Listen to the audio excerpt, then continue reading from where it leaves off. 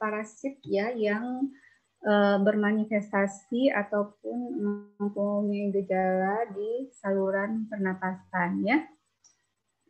Walaupun dia mungkin habitatnya nggak saluran pernapasan, tapi dalam siklus hidupnya itu bisa bermanifestasi di dalam saluran sistem pernapasan ya. Nah, ada beberapa kelainan pada sistem pernapasan yang disebabkan oleh adanya investasi atau yang dipicu oleh parasit ya yang ada pada tubuh manusia gitu ya. Nah, yang pertama kita kenal namanya Loeffler syndrome ya. Jadi Loeffler syndrome ini ya suatu gambaran infiltrat ya pada paru pada foto ronsen dada. Jadi tampak gambaran infiltrat pada paru pada dada akibat daripada infeksi cacing, gitu ya, cacing dari kelompok nematoda, gitu ya. Jadi cacing dari kelompok nematoda itu yang bisa menyebabkan Loeffler syndrome itu yang pertama ada Ascaris lumbricoides, kemudian ada hookworm atau cacing tambang, kemudian yang ketiga adalah Strongyloides stercoralis ya. Nah, dari ketiga spesies ini yang paling sering menimbulkan Loeffler syndrome itu adalah Ascaris lumbricoides ya. Sedangkan kalau cacing tambang ini biasanya dia bisa muncul, bisa juga gejalanya tidak muncul gitu ya. Begitu juga dengan Strongyloides stercoralis ya, karena sering sekali pada Strongyloides stercoralis itu sering sekali orang yang terinfeksi itu dia jarang menunjukkan gejala, tapi pada infeksi yang berat, nah itu gejalanya baru muncul dan bisa juga bermanifest di saluran pernapasan gitu. Nah, kenapa ketiga spesies nematoda tadi itu bisa menimbulkan Loeffler syndrome ataupun gejala pada paru-paru? Itu kita bisa lihat dari siklus hidupnya ya. Ternyata dari siklus hidupnya itu Ascaris pertama, Ascaris lumbricoides ini punya fase dia melewati saluran pernapasan yaitu pada stadium larva. Jadi mungkin adik-adik bisa merefresh kembali ya ingatannya dulu di semester 1 ya ketika belajar tentang parasit gitu ya. Nah, di sini kita bisa melihat nih ya siklus hidupnya kita ulang kaji kembali untuk mengingat kembali bagaimana sih siklus hidup daripada Ascaris lumbricoides sehingga kenapa dia bisa bermanifest di saluran pernapasan. Padahal kita tahu dia kan habitatnya itu kan di usus halus ya, tapi kok bisa bermanifest di saluran pernapasan gitu ya, manifestasi ini. Nah, kita tahu bahwasanya akan terinfeksi oleh Ascaris lumbricoides apabila memakan telur infektif, yaitu telur infektif itulah telur yang sudah mengandung larva stadium 3. Ini ya, larva stadium 3, yang dimana larva ini biasanya dia berkembang di tanah ya, pada kondisi yang memungkinkan atau yang sesuai untuk pertumbuhan daripada telur ini berkembang menjadi bentuk infektif, yaitu dengan suasana yang hangat, ya, gembur, segala macam. Biasanya waktu dari 3 minggu ya, 3 dari semenjak dikeluarkan sampai akhirnya berkembang menjadi bentuk infektif. Nah, telur yang infektif ini bisa tertelan oleh manusia karena memakan sesuatu terkontaminasi oleh telur infektif ini. Misalnya bisa memakan makanan ya yang sudah terkontaminasi dengan telur Ascaris. Kenapa bisa makanan terkontaminasi? Bisa mungkin telurnya dibawa oleh lalat, lalu lalatnya hinggap ke makanan gitu ya. Atau bisa juga bermain di tanah, anak-anaknya main di tanah tapi makan makanan nggak cuci tangan gitu ya. Sedangkan tanahnya sudah terkontaminasi atau cacing. Atau bisa juga misalnya karena nyapu, anginnya kenceng, kemudian debunya pokoknya mengandung telur terbawa terbang, lalu tanpa sengaja debu-debunya itu mengenai makanan lalu termakan. Ataupun bisa juga kontaminasi air minum gitu ya, kotorannya apa tanah yang sudah mengandung infektif mengkontaminasi air minum gitu, dan air minumnya nggak dimasak lalu diminum gitu ya.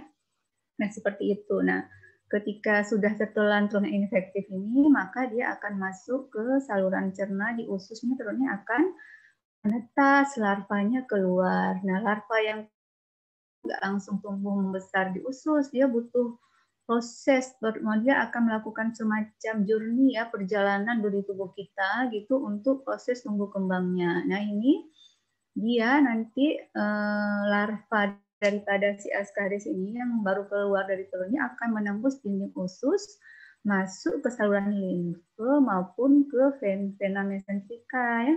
Kemudian dia akan masuk kalau dari vena mesenterica akan ke vena portae, kemudian akan ke jantung kanan, lalu dari jantung kanan dia akan menuju ke paru-paru gitu ya. Nah, di paru-paru ini dia nanti di pembuluh alveolusnya itu larva itu akan keluar dari pembuluh darah di dinding alveolus itu akan masuk ke dalam alveolus gitu ya. Nanti di alveolus dia akan beberapa lama di situ, lalu dia akan bermigrasi ya, bergerak dari alveolus ke bronchiolus, lalu ke bronchus, kemudian ke trakea, lalu sampai ke laring. Nah di laring ini akan memicu refleks semacam refleks batuk atau nggak enak gitu ya, sehingga orang nanti akan berdehem atau apa, lalu nanti dehemannya itu akan menyebabkan larva ini keluar dari laring lalu akan masuk ke daerah faring sehingga tertelan gitu ya. Nah, setelah tertelan larva ini kemudian akan masuk kembali di usus halus ya. Tadi dia menetasnya di usus halus, keliling-keliling dulu sampai ke paru lalu dia masuk kembali ke usus halus,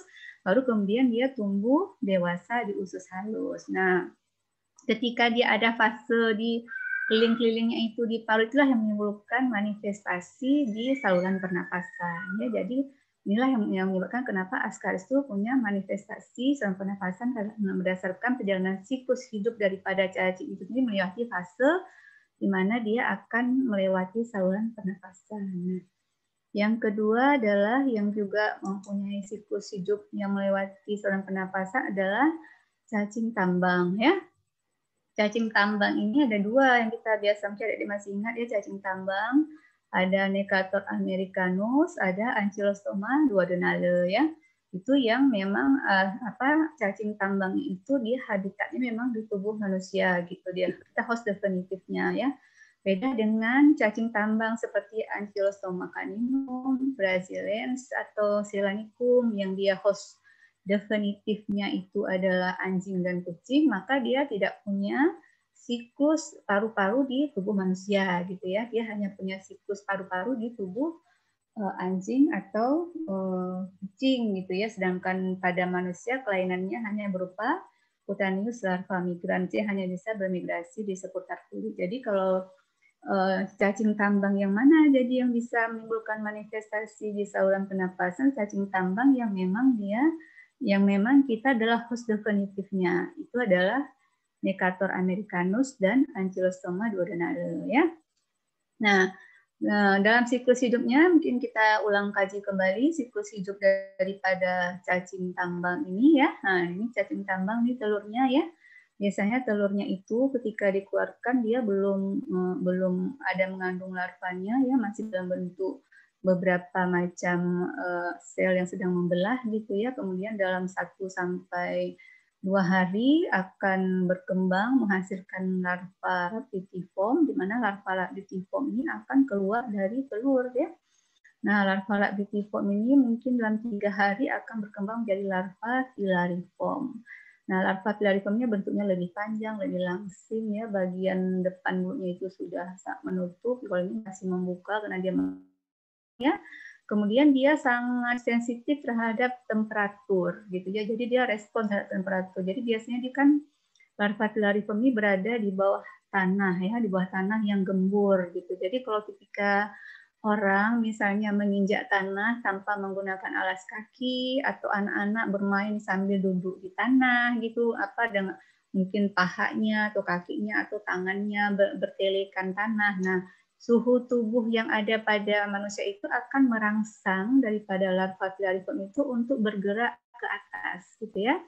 dari bawah tanah, dia akan bergerak ke atas, lalu dia akan mencapai kulit manusia yang memang berada di tanah tanpa alas itu tadi. Kemudian dia akan menggunakan semacam enzim hyaluronidase ya untuk melakukan penetrasi melalui jaringan kulit lalu masuk ke dalam sistem pembuluh darah. Nah, jadi pembuluh darah kapiler nanti akan ke dalam pembuluh darah besar dan segala macam, dia akan terus bergerak. Biasanya diambil adalah ke vena ya, pembuluh darah vena ya, bukan arteri. Kalau arteri dia akan bergerak mungkin nanti ke bawah, tapi nanti juga ke vena, di mana dalam sistem sirkulasi ini dia akan menuju ke jantung kanan, gitu ya, ke jantung kanan. Kemudian dia akan masuk ke paru-paru, lalu dia melalui akan masuk ke kapiler paru di alveolus, lalu nanti dia akan menembus kapiler alveolus masuk ke dalam alveolus gitu ya, lalu ke bronkiolus, ke bronkus, trakea, kemudian ke laring, lalu ke faring, tertelan, lalu masuk ke usus halus. Nah, jadi begitu dia masuknya dari kulit, tapi bisa mencapai usus halus, ternyata siklusnya itu melewati paru-paru gitu ya. Nah, jadi dia juga punya siklus melewati paru-paru, lalu di usus halus tumbuh menjadi cacing jantan dewasa dan betina, kemudian berkopulasi, lalu menghasilkan telur. Nah, seperti itu. Jadi kita bisa lihat ya, cacing tambang ini ternyata dia punya siklus yang juga melewati paru-paru. Jadi kenapa akhirnya dia juga memberikan manifest pada sistem pernapasan. Kemudian yang berikutnya adalah Strongyloides stercoralis ya. Nah, Strongyloides stercoralis ini biasanya jarang kita jumpai kecuali pada orang-orang dengan daya tahan tubuh yang kurang bagus, misalnya pada orang HIV atau AIDS ya, atau dengan orang-orang dengan penyakit yang imunitasnya rendah gitu ya. Nah, kalau gejalanya, kalau pada orang-orang biasa tuh biasanya nggak ada gejala. Tapi kalau pada orang-orang dengan imunitas yang rendah, misalnya pada penderita HIV atau AIDS gitunya, gejalanya menjadi berat gitu ya. Kenapa bisa berat gitu? Karena kita bisa melihat ternyata Strongyloides ini pada manusia itu dalam siklus hidupnya itu punya 3 jalur tumbuh kembang ya. Ya ada yang istilahnya itu bisa autoinfeksi ya, bisa juga langsung melakukan infeksi secara langsung melalui siklus dari alam, atau bisa juga dia hidup bebas di luar. Nah, hidup bebas di luar ini dia yang mempertahankan tetap keberadaan daripada cacing ini di alam, tapi dia hanya akan memilih hidup bebas di alam apabila kondisi alamnya itu memungkinkan dia hidupnya bebas gitu ya. Kenapa memungkinkan? Misalnya udaranya hangat, gembur, banyak sumber makanan dan segala macam seperti bakteri dan segala macam di tanah, suasananya hangat. Tapi kalau misalnya daerah-daerah yang iklimnya dingin, lingkungan di sekitarnya itu tidak mampu menyediakan banyak makanan bagi dia, maka dia akan cenderung untuk melakukan istilahnya mengambil siklus langsung gitu. Jadi tidak akan mengubah kepada free living gitu ya, free living parasit ya, tapi dia akan mengambil jalur untuk melakukan infeksi langsung gitu.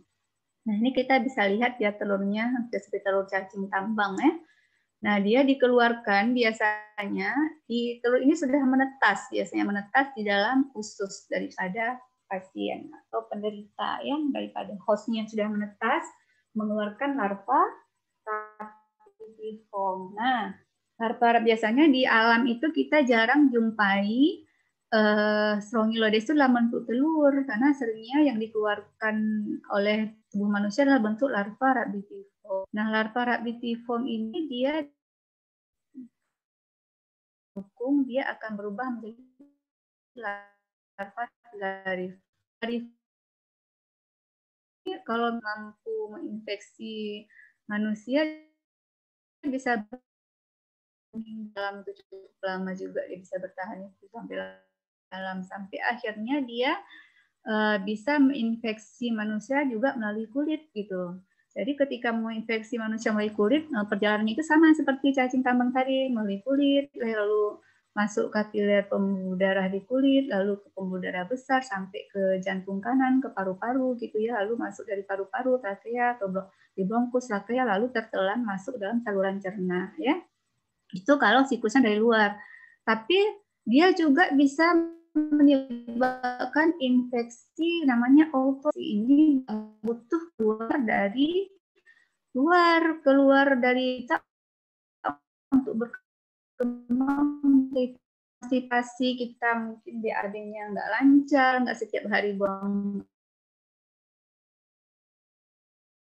macam, ataupun yang ada sudah dikeluarkan di saluran cerna ini dalam 2 atau 3 hari bisa berubah menjadi larva filariform di sekitar usus besar di sini gitu. Nah, larva filariform yang sudah selalu kita di anus dan segala macam ya.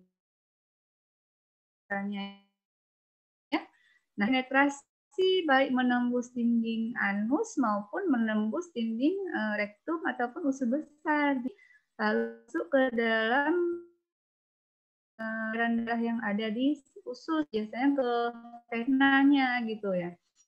Dari itu nanti vena porte ke jantung dan segala macam, ke paru, saluran cerna tumbuh menjadi cacing dewasa. Jadi inilah yang menyebabkan akhirnya infeksi sirkulasi menjadi begitu berat karena ada kemampuannya autoinfeksi. Rasanya kalau pada orang-orang yang imunitasnya ringan, tapi pada orang yang imunitasnya rendah biasanya dia menjadi berat, cacingnya menjadi banyak. Tentu manifestasi di paru-paru gitu ya, karena larva yang berproses melalui gitu ya. Nah, itu menimbulkan pada paru-paru. Nah, sekarang kan migrasi larva yang kelainan itu terjadi pertama akibat migrasi larva ya yang mempengaruhi. Jadi migrasi larva itu sendiri dari pembuluh darahnya ke alveolusnya itu akan memihak responsitif daripada imunitas tubuh kita sendiri, sehingga akan menyebabkan terjadinya peradangan yang eosinofilik. Peradangannya itu kebanyakan itu disertai infiltrasi oleh sel-sel eosinofil, punya reaksi-reaksi granulomatos ya. Nah, pada infeksi yang berat akan terjadi adanya adalah perdarahan ataupun infiltrasi daripada sel-sel inflamasi gitu, terutama sel eosinofil gitu ya. Kenapa bisa terjadi perdarahan gitu? Nah, perdarahan ini terjadi karena tadi kan dari perjalanan saya jelaskan tadi kan ada larva dia masuk di kapiler alveolus ya. Nah, ketika dia mau masuk alveolus dia kan harus menembus dinding kapiler alveolus, kemudian menembus dinding alveolus. Nah, ketika menembus dinding alveolus tentu akan menyebabkan perlukaan pada dius. Nah, perlukaan itu menimbulkan perdarahan walaupun kecil gitu ya. Bercak perdarahannya kecil, tapi infeksinya berat, artinya jumlah banyak, sehingga larva yang melalui siklus parunya pun banyak, akhirnya perdarahannya itu menjadi jelas gitu ya, menimbulkan adanya infiltratnya. Tulisannya ada infiltrat yang sifatnya sementara pada gambaran dada ya bersama dengan adanya eosinofili ini. Jadi waktu kita foto ronsen nampak kayak ada bercak-bercak infiltrat itu di daerah parunya. Kemudian waktu kita periksa darahnya ternyata mengalami eosinofilia. Jadi ini kalau ada kejadian seperti itu kita curiganya ini pasti kelainan pada paru itu karena kecacingan. Karena kalau enggak kita akan salah persepsi, kita pikir ini TBC gitu ya, atau mungkin pneumonia karena virus gitu, karena gambarannya hampir mirip gitu ya. Tapi kalau kita jumpai pas misalnya darah tepinya ternyata eosinofilia meningkat, kemungkinan ini karena reaksi respon tubuh akibat adanya cacing gitu ya di dalam tubuh gitu. Kemudian akan nampak juga nanti itu ya bintik-bintik yang menyeluruh dan menonjol gitu daerah peribronkial pada radiografi gitu ya.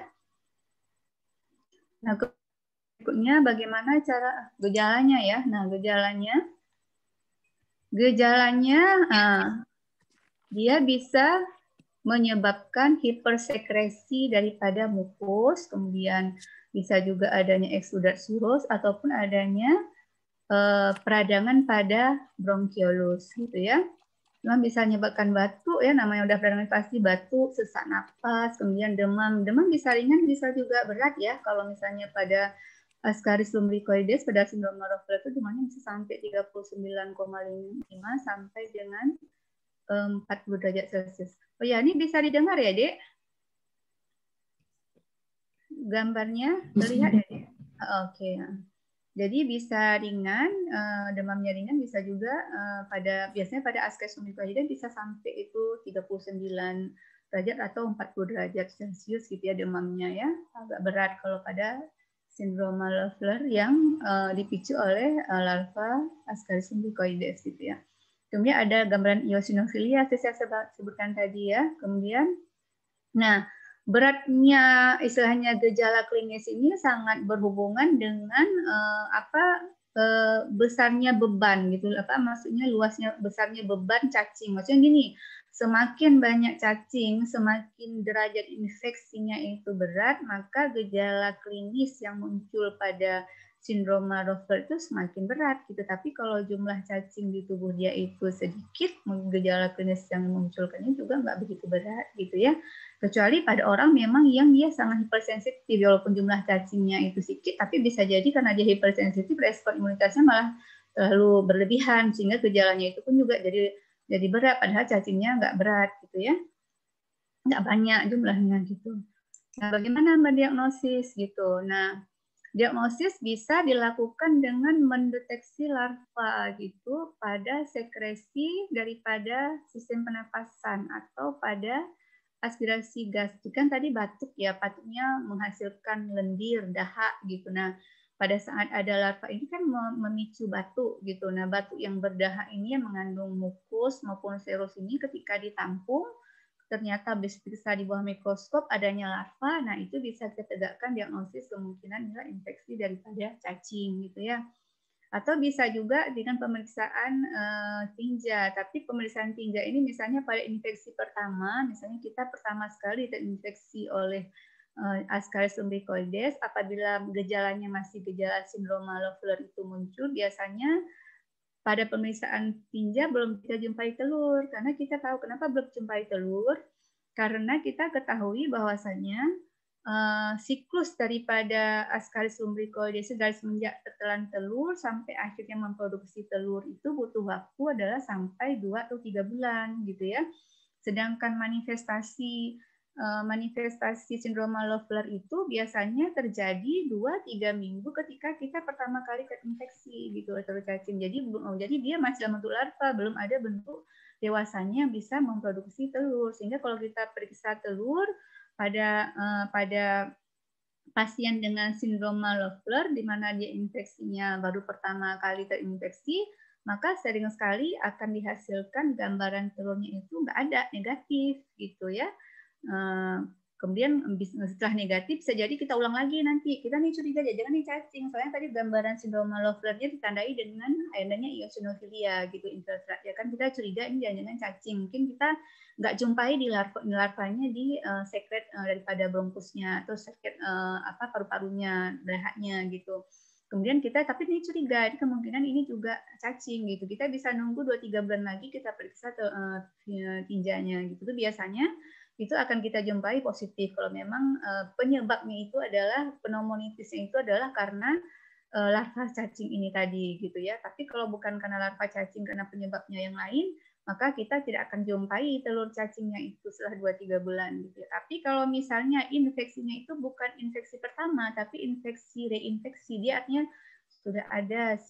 sudah sering bergejala gangguan sistem pernapasan gitu ya. Nah, kalau kita periksa bisa jadi sudah ada telur cacingnya karena ternyata telur infeksinya nggak cuma sekali itu aja, sudah berulang-ulang kali. Sedangkan cacing dalam tubuh dia itu sudah ada, sudah membesar, tapi juga ternyata mengalami infeksi ulang lagi oleh telur cacing dari luar sehingga dia akhirnya gejala paru-parunya itu muncul. Nah, itu bisa jadi kita jumpai adanya telur cacing pada pemeriksaan walaupun dia penderitanya mengalami sindrom Loeffler gitu ya, pada pemeriksaan ginjal gitu ya.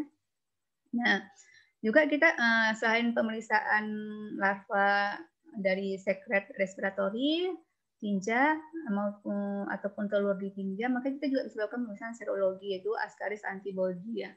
Yang perlu diketahui adanya antibody terhadap Ascaris ini dia sifatnya nggak proteksi gitu ya. Jadi walaupun misalnya kalau makin banyak cacing di tubuh kita itu bisa jadi antibody yang dibentuk itu semakin banyak.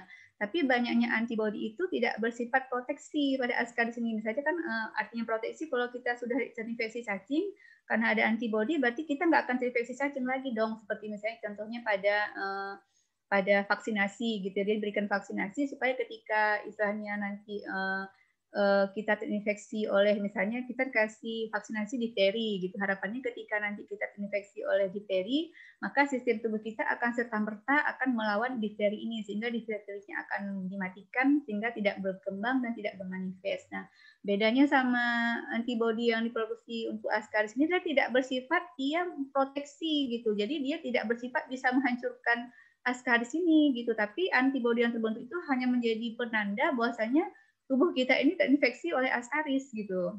Menanda semakin banyak antibodinya berarti semakin banyaklah Ascaris yang infeksi kita gitu. Jadi nggak ada efek protektifnya. Jadi itu ya bedanya sama yang lainnya gitu. Nah, kemudian indirect pemeriksaan serologi ini bisa membantu indirect hemagglutination ya. Bisa juga indirect fluorescent antibody ataupun ELISA, bisa juga dengan ELISA atau bisa juga serodiagnosis ini sangat membantu apabila infeksinya itu bukan di intestinal, di infeksinya itu di ekstraintestinal karena mungkin seperti tadi kalau di intestinal kita gampang ya periksa telur dapat. Nah, tapi kalau di ekstraintestinal misalnya di paru ternyata nggak dapat larva dan segala macam itu di sekretnya nggak dapat. Jadi salah satu caranya itu mendeteksi dengan serologinya. Kalau ternyata terdapat antibodi terhadap Ascaris, kemungkinan gejala sindrom Loeffler-nya itu adanya infeksi pada paru gara-gara infeksi cacing ya. Oke.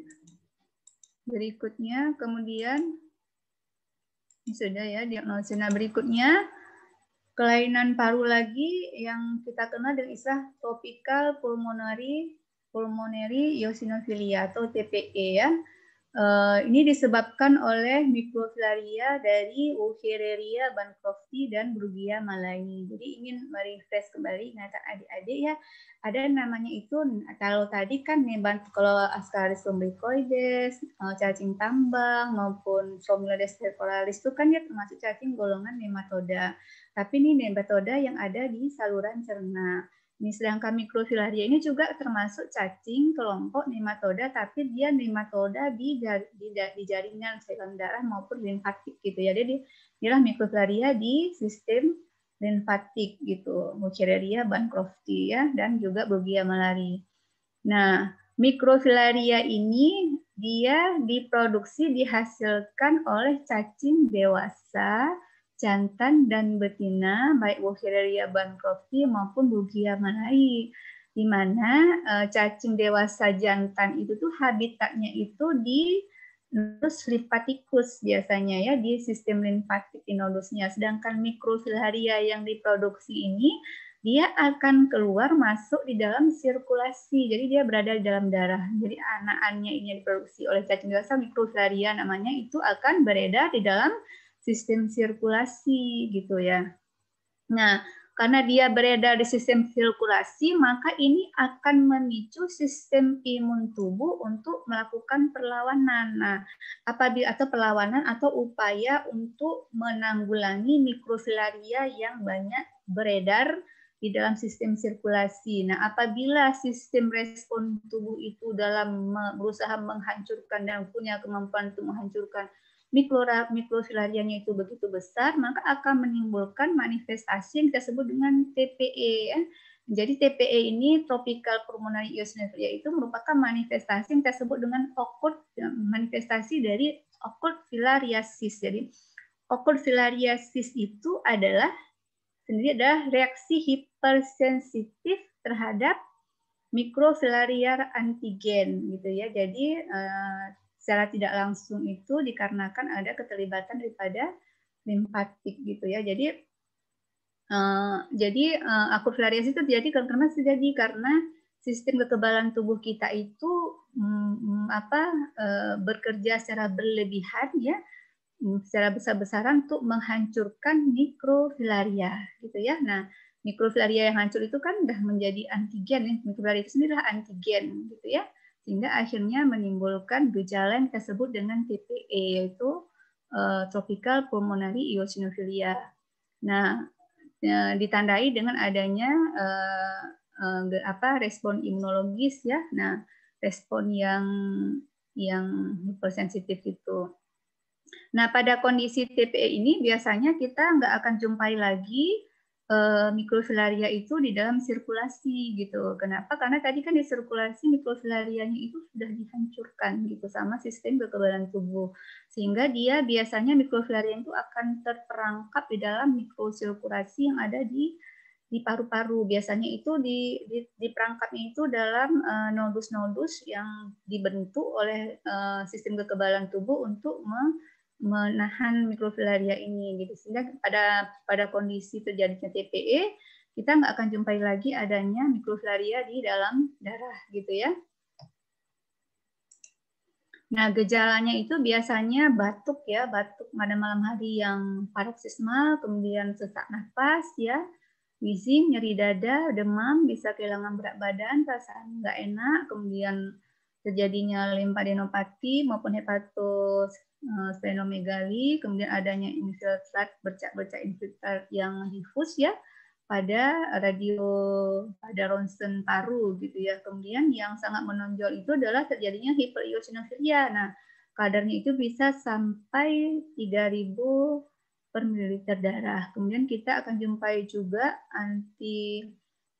imunoglobulin E yang cukup tinggi, kemudian antifilaria yaitu IgG G4 itu juga tinggi gitu antifilaria pada kasus TPE ini ya.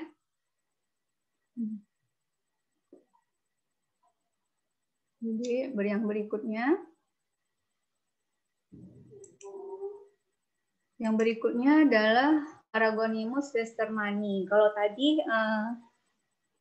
tadi adalah cacing nematoda yang menimbulkan manifestasi pada sistem pernapasan. Yang berikut ini adalah cacing dari kelompok, ini Paragonimus itu kelompok mana yuk? Yang tahu? Nematoda ya, ada jelas di sini ya. Jadi westermani adalah cacing dari kelas Trematoda ya. Dari Trematoda. Trematoda itu adalah cacing pipih atau berbentuk daun gitu ya. Cacing daun. Nah, sebagaimana kita ketahui pada cacing Trematoda ini biasanya hidupnya itu dia butuh hostnya itu nggak cuma satu ya, dia ada host definitifnya, juga ada host intermediate-nya. Kadang-kadang host intermediate-nya itu ada yang hewan, ada juga tanaman air gitu ya. Nah, di sini dia pada Paragonimus westermani dia punya dua host ya. Host yang pertama itu adalah biasanya itu siput ya, siput yang dari spesies Brotia, ini dia bentuk siputnya ya. Yang kemudian intermediate host yang kedua itu adalah ini ya, bangsa kepiting air, air tawar biasanya, ataupun udang-udang batu terdapat air tawar biasanya. Nah, ini siklus hidupnya. Kita lihat siklus hidupnya. Dia ini habitatnya di paru-paru memang ya. Paragonimus ini memang habitatnya di paru-paru. Beda dengan spesies cacing yang sebelumnya itu habitatnya bukan di paru-paru, tapi manifestasi di paru-parunya itu ada karena dia melewati siklus paru atau karena respon imun tadi ya. Kalau Paragonimus westermani ini memang dia siklus hidupnya itu memang habitatnya itu memang di paru-paru gitunya. Ini dia. Mari kita lihat siklus hidupnya. Bagaimana siklus hidup daripada Paragonimus westermani? Kita ulang kaji lagi.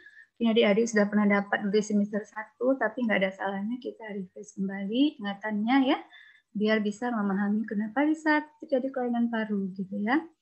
Nah, ini dia telurnya dikeluarkan melalui tinja. Loh, hidup di paru-paru kok bisa keluar telurnya di tinja? Bagaimana nih ceritanya? Ya, mari kita perhatikan ya. Nah, biasanya telur ini akan dikeluarkan melalui tinja, ya. Tinjanya itu dia orang mungkin buang air besarnya sembarangan gitu, bukan di bukan di toilet ataupun di tempat-tempat pembuangan yang harusnya punya safety tank gitu. Tapi misalnya buang air besarnya sembarangan di kolam air tawar atau di sumber air tawar dan segala macam. Nah, kemudian telur ini kemudian akan menetas ya, menetas mengandung embrio, berkembang dan menetas, keluarlah larva namanya Miracidium. Nah, Miracidium ini dia akan bergerak mencari namanya siput. Nah, siput ini terus dia masuk dalam tubuh siput. Nah, di dalam tubuh siput ini nanti Miracidium akan berubah jadi sporochista, redia, dan cercaria gitu ya. Kemudian cercaria ini nanti keluar dari tubuh siput, lalu dia akan masuk ke dalam ketam ya, di ketam ataupun di udang-udangan gitu ya, dalam tubuh ketam gitu ya, udang-udangan. Nah, nanti di tubuh ketam atau udang-udangan nanti dia akan berkembang menjadi bentuk metacercaria. Nah, bentuk metacercaria inilah bentuk yang infektif untuk manusia gitu.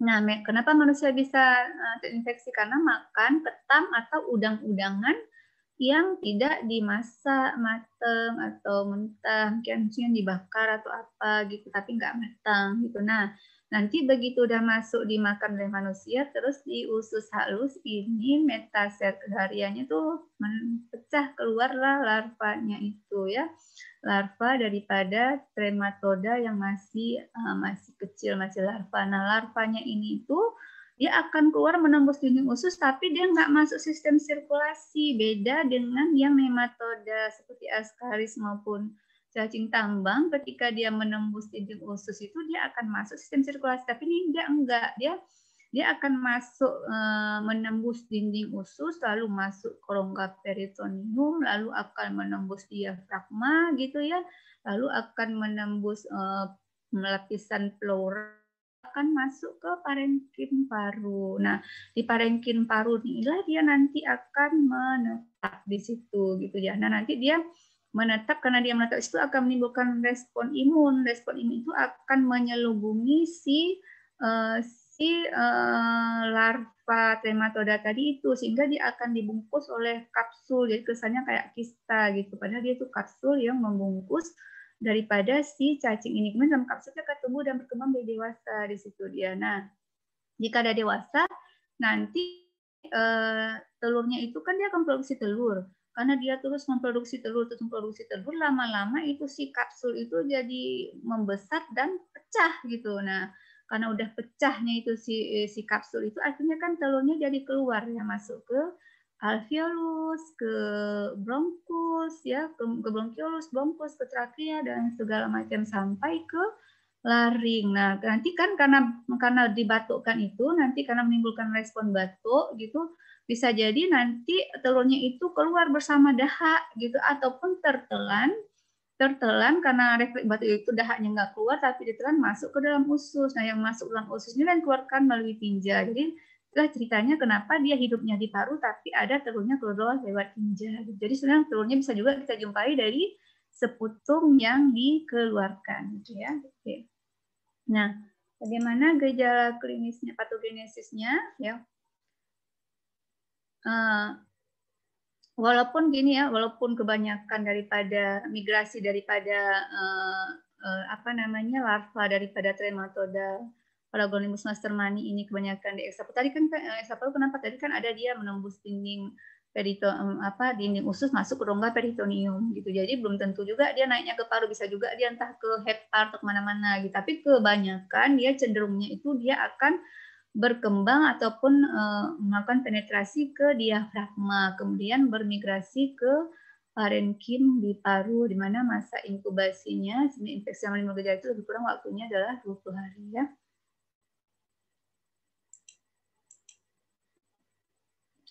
Nah, berikut patogenesisnya kelainan terjadinya adalah nekrosis di daerah parenkim paru.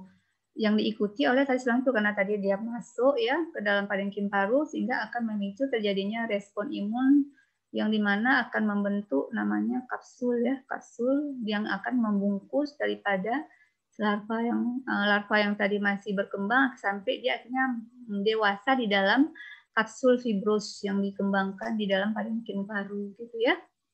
Nah, akibat tadi invasi dia itu yang menembus diafragma, kemudian pleura, ini akan memicu terjadinya efusi pleura gitu, ataupun akan menimbulkan infiltrasi peradangan sel-sel radang itu yang dia mengandung cukup banyak eosinofil gitu ya. Jadi sel-sel radang infiltrasi peradangan itu yang kaya dengan sel-sel eosinofilia gitu ya. Nah, biasanya 7-8 minggu infeksi itu akan mulai diproduksi telur ya. Biasa 7-8 minggu produksi telur, dan di mana sisa cetakan tadi dia akan pecah ke dalam bronkiolus, kemudian dikeluarkan melalui batuk ataupun ditelan lalu keluar lewat ginjal ya. Kemudian gejalanya apa? Gejalanya batuk dan batuk darah. Jadi tadi karena dia menembus pecah ruptur itu kapsulnya itu tentu kan akan merobek ya dinding daripada parenkim itu di daerah alveolus sehingga kan robeknya pasti menyebabkan perdarahan gitu. Nah karena perdarahan akhirnya jadi batuk darah gitu, kemudian nyeri dada karena seperti itu, kemudian malasnya dalam berat badan, kemudian demamnya biasanya ringan gitu ya. Tapi nggak ada kejadian penyakit yang begitu serius gitu ya. Biasanya gejala-gejala pada pulmoner itu nggak tetap gitu ya, nggak konstan seperti itu. Jadi bisa juga dia gejalanya belum tentu seperti itu gitu ya, tapi tergantung berat ringannya infeksi yang dialami gitu. Bisa juga jadi anemia kan, anemia karena tadi perdarahan itu tadi, ataupun eosinofilia memang karena memang responnya kaya akan respon inflamasinya kaya oleh sel-sel eosinofil gitu ya. Kemudian diagnosisnya, ya diagnosisnya bisa berdasarkan gejala klinis tadi ya, batuk darah, malaise dan segala macam, tapi nyeri dada, tapi itu nggak patok pneumonis gitu ya, kecuali pada daerah yang endemik gitu. Kalau memang kasusnya situ banyak, dijumpai cacing Palagonus semani, kalau dijumpai gejala itu kita curiga ke ini. Tapi kalau misalnya kasusnya nggak banyak, jarang-jarang kita mungkin nggak bisa jadikan ukuran kalau dia terinfeksi oleh Palagonus semani gitu ya. Jadi artinya kalau kita jumpai gejala seperti di atas disertai dengan adanya eosinofilia diveriter, maka kita perlu mengkonfirmasinya dengan pemeriksaan telur yang kita lihat di tinja ya, atau bisa juga kita jumpai telurnya di sputum gitu ya. Tapi bisa jadi kalau di tinja, kalau misalnya orang tuh nggak pernah nelan sputumnya, jadi nggak akan positif gitu. Tapi kalau misalnya positif, udah positif lah dia. Tapi kalau nggak positif, tapi bisa jadi dia nggak pernah nelan sputumnya itu. Jadi coba kita periksa sputumnya gitu. Kalau ternyata periksa sputumnya itu ternyata ada telur cacingnya, bisa kita tegakkan diagnosis itu. Atau bisa juga dengan uji serologi, atau bisa juga kita melakukan imaging untuk melihat ada tidaknya kista di paru-paru. Biasanya ini terjadi pada 50% daripada kasus ya. Yang berikutnya lagi adalah penyakit alergi yang berhubungan dengan parasit. Jadi di sini maksudnya gini ya, awalnya dia memang sudah punya seorang yang memang hipersensitifnya punya kekebalan yang hipersensitif. Nah, ada parasit ini yang dia istilahnya itu menyebabkan orang yang hipersensitif itu menjadi terpicu penyakitnya itu karena terpapar dengan partikel-partikel parasit ini tadi. Contohnya apa? Contohnya di antara parasit yang bisa menyebabkan memicu orang yang hipersensitif itu menimbulkan manifestasi itu gejala alergi adalah contohnya adalah host dust mite ya. Host dust mite itu adalah salah satu tungau debu rumah ya. TDR biasa disingkat tungau debu rumah. Nah, tungau debu rumah ini makanya kalau kita bilang kenapa sih orang asma tuh kok suka, tapi asma kadang-kadang kan pemicunya banyak ya, nggak mesti tungau debu rumah, ada juga orang pemicunya lain gitu, misalnya penyakit alergi itu kan pemicunya banyak. Kebanyakan kalau orang asma itu dia alergi sama debu rumah. Kenapa alergi sama debu rumah? Karena kebanyakan debu rumah itu dia mengandung tungau gitu. Kenapa tungau ini bisa memicu alergi pada orang yang punya riwayat alergi atau hipersensitif terhadap zat-zat yang ada pada debu gitu ya. Ini penyebabnya adalah Yuk kita kenali dulu nih Tungo ini. Tungo Hosdasmat ini dia adalah kelompok astigmata ya. Dia astigmata di mana dia tersebar luas di semua tempat. Jadi seluruh dunia ini ada ya Tungo ini gitu ya. Dia ada dikenal 4 spesies ya yang berhubungan dengan penyakit alergi. Ada Dermatophagoides pityriasinus. Nah, Dermatophagoides pityriasinus ini sudah pernah kalian pelajari dulu di semester 1 ya. Udah kalian lihat dengan kenali secara morfologinya ya. Kemudian ada di Farinea gitu, ada di Microceras gitu ya. Ada Eurogryphus maini gitu. Nah, biasanya Tungo ini dia kita jumpai di kasur gitu, di sofa, di karpet ataupun material-material dari bahan-bahan yang dari katun gitu ya dan segala macam gitu ya, yang bisa bahan-bahan yang dari kapas gitu ya, dia suka gitu. Nah kemudian Tungo ini sendiri dia mengabsorpsi kelembaban itu dari atmosfer. Kenapa dia mengabsorpsi kelembaban dari atmosfer? Karena dia nggak punya exoskeleton. Jadi kalau exoskeleton itu kan dia biasanya melindungi tubuh daripada serangga itu dari penguapan. Tapi karena dia ini tubuhnya nggak punya exoskeleton, jadi gampang sekali menguap gitu cairan di tubuh dia gitu. Sehingga untuk itu dia butuh suatu lingkungan yang tingkat kelembabannya itu cukup tinggi gitu. Sehingga dia untuk menjaga kadar air di tubuh dia itu tetap baik gitu. Jadi kalau pada kelembaban yang rendah misalnya di bawah 60 atau 30%, cenderung Tungo ini akan mati gitu karena kekurangan air gitu, karena kelembaban yang terlalu rendah. Jadi dia suka pada kelembaban yang tinggi. Kemudian Tungo ini dia makan dari bahan-bahan organik dari tubuh manusia, dari kulit ya, jadi partikel-partikel kulit kita itu yang lepas untuk itu jadi bahan makanan dia. Kita juga membantu daripada degradasi jamur gitu ya. Nah kemudian Tungo ini kan punya kotoran. Nah, kotoran ini dia mengandung semacam kompleks yang berprotein yang turunan dari Tungo ini yang sifatnya alergenik gitu. Jadi dia punya feses yang mengandung protein daripada Tungo yang sifatnya alergenik. Kemudian di feses juga mengandung endotoksin maupun enzim-enzim yang semuanya itu bisa bersifat sebagai imunostimulan. Jadi akan memicu sistem imun gitu deh, ya. Memicu sistem imun. Nah, bagaimana berbagai macam partikel yang ada pada Tungo ini bisa memicu respons sistem imun pada orang yang sensitif. Kenapa kalau orang sensitif misalnya orang punya riwayat asma atau punya segala macam. Nah, apabila dia punya respon imun yang agak hipersensitif, maka dia bisa terangsang atau terpicu sistem imunnya itu akibat terpapar dengan partikel-partikel yang ada pada Tungo ini. Biasanya yang sifat alergen itu partikelnya itu bisa dari tinjanya, bisa juga dari alat kelaminnya gitu ya. Alat kelamin daripada si Tungo ini yang sifatnya tuh alergenik gitu. Nah, partikel-partikel ini semuanya biasanya itu relatif berat dan besar, tapi partikel itu bisa berterbangan di udara ketika kita melakukan tindakan itu yang menyebabkan istilahnya itu gangguan yang berat. Misalnya contohnya apa? Makanya kalau pada orang-orang yang misalnya dia punya asma, janganlah ketika membersihkan tempat tidur, sofa dan semacamnya dengan cara menepuk-nepuknya dengan sapu lidi, kan? Ataupun dengan bulu ayam sehingga berterbanganlah semua debu-debunya itu ke udara. Kemudian ataupun dengan menebas-nebas spray gitu sehingga berterbanganlah debu-debunya ke udara.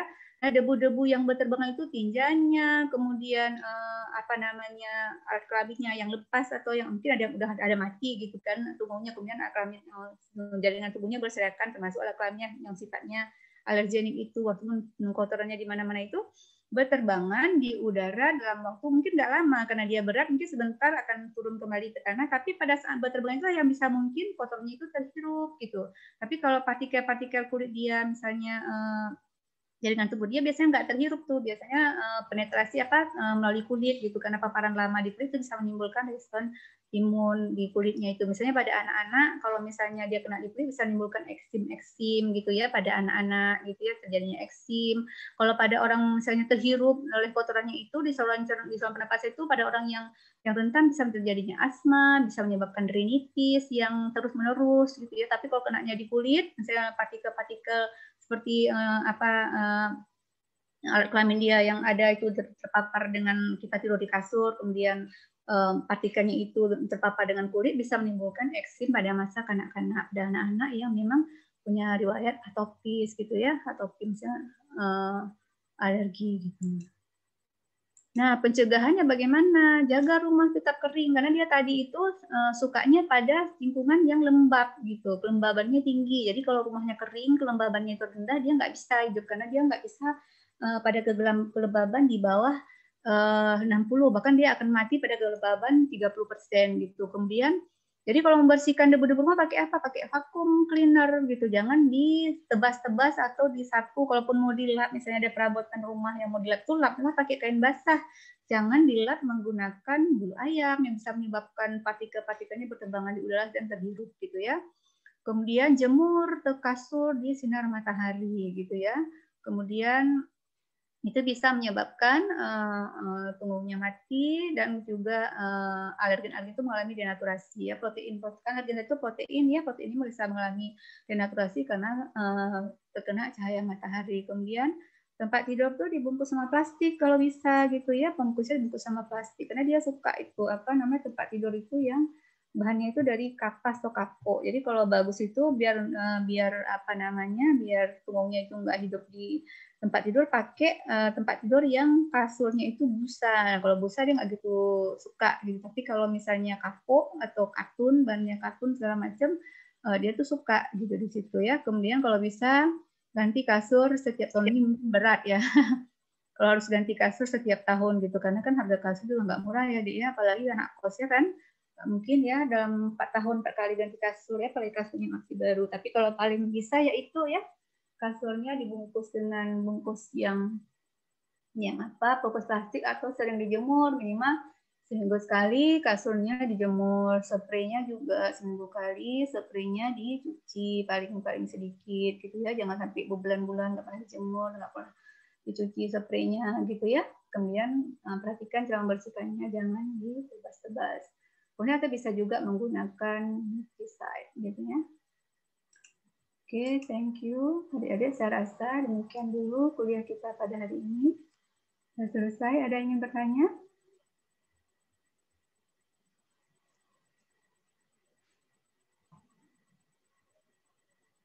Hasian? Ya dok. Gimana teman-temannya hadir semua?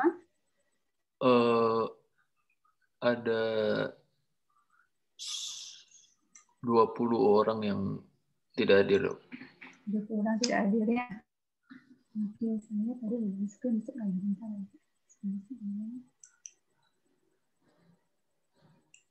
Kira-kira gimana, jelas Hasian, ada pertanyaan? Sejauh ini tidak ada dok. Oke, kalau gitu memang sudah ada pertanyaan,